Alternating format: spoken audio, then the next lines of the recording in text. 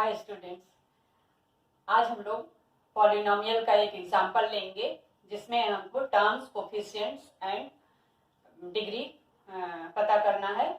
तो देखते हैं, पहले भी जो लास्ट वीडियो में मैंने बताया था, लेकिन आज एक अलग से एग्जांपल लेके इसको करते हैं। तो पढ़ते हैं पहले।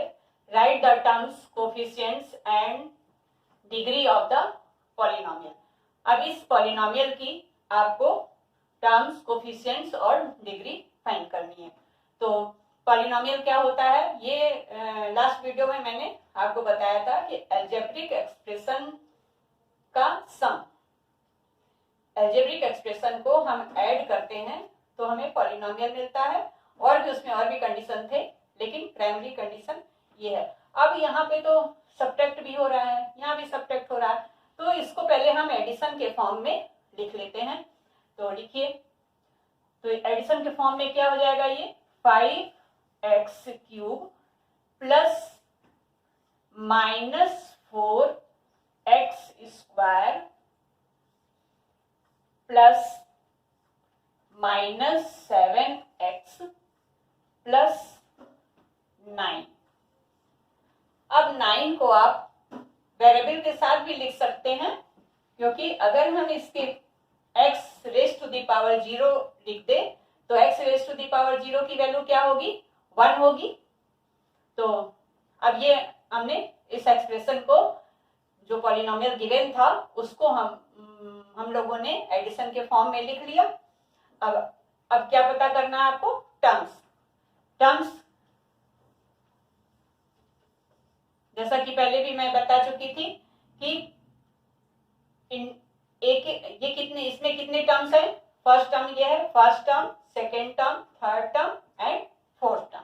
तो इस तरह से आप टर्म से लिख लीजिए। तो फर्स्ट टर्म आपका है 5x³, सेकेंड टर्म है -4x², थर्ड टर्म है -7x और लास्ट टर्म है इसका 9x rays to the power 0।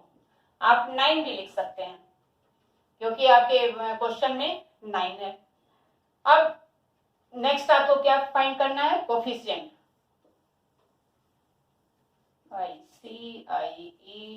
CIENTS। अब आपको कोफिशिएंट्स फाइंड करने हैं। तो पहले भी मैंने बताया कि कोफिशिएंट क्या होता है, वेरिएबल जिस कांस्टेंट टर्म से मल्टीप्लाई हुआ रहता है वही कोफिशिएंट होता है। तो यहाँ पे x³ का कोफिशिएंट क्या है, 5। तो ये माइनस नहीं है, एक्चुअल में इसको एरो से शो कर देते हैं, नहीं तो माइनस और वो मिल जाएगा। तो ये x³ का कोफिशिएंट क्या है, 5। और x² का कोफिशिएंट क्या है, -4। x का कोफिशिएंट क्या है, -7। और लास्ट में ये कांस्टेंट भी है और x raise to the power 0 का कोफिशिएंट भी है, 9। तो ये हो गए आपके कोफिशिएंट। इसके बाद आपको क्या फाइंड करनी थी, degree of the polynomial. Degree क्या होती है, highest power of the variable in the polynomial. तो हाईएस्ट पावर यहाँ पर कितना है, 3 है। तो डिग्री ऑफ द पॉलिनोमियल क्या हो गई, 3। तो highest power of the variable, तो हाईएस्ट पावर कितनी है, यहाँ पे 3 है। तो ये हो गई इसकी डिग्री।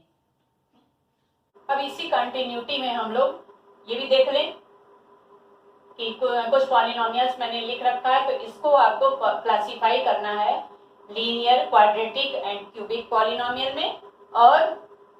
और दूसरे ब्लॉक में आपको लिखना है कि ये मोनोमियल है, बाइनोमियल है या ट्राइनोमियल है।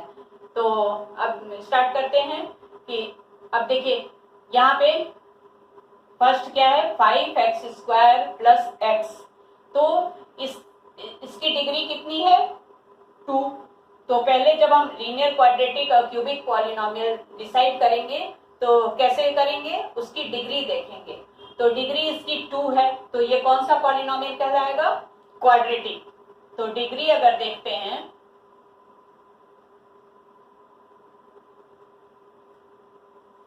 डिग्री देखकर हम बताएंगे कि ये कौन सा पॉलिनोमियल है, क्वाड्रेटिक। ये क्वाड्रेटिक पॉलिनोमियल है।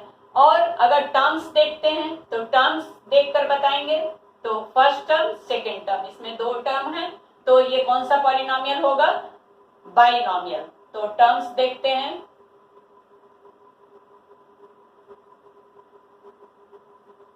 टर्म्स देखकर बताएंगे तो ये कौन सा कहलाएगा, बाइनोमियल।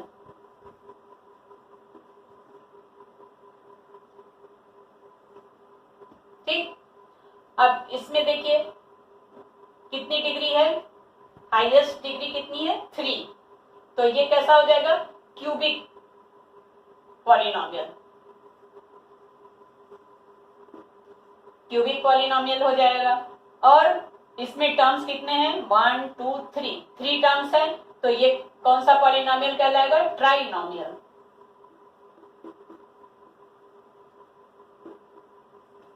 ठीक, फिर आगे बढ़ते हैं, थर्ड देखते हैं, 2x + 7, इसमें डिग्री क्या है, 1 है, तो ये कौन सा पॉलिनोमियल कहलाएगा, लीनियर,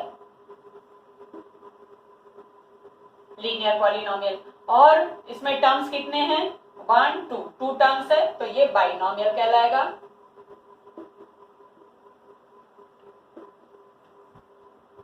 नेक्स्ट 3x, 3x में भी डिग्री 1 थी, तो ये लीनियर कहलाएगा। ठीक, और इसमें टर्म एक ही है, तो एक टर्म है, 1 टर्म है ओनली, तो ये कौन सा कहलाएगा, मोनोमियल।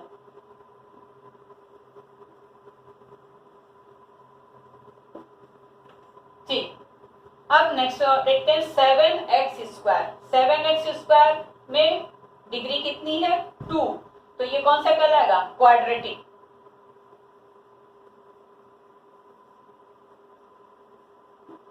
ये कहलाएगा क्वाड्रेटिक पॉलिनोमियल।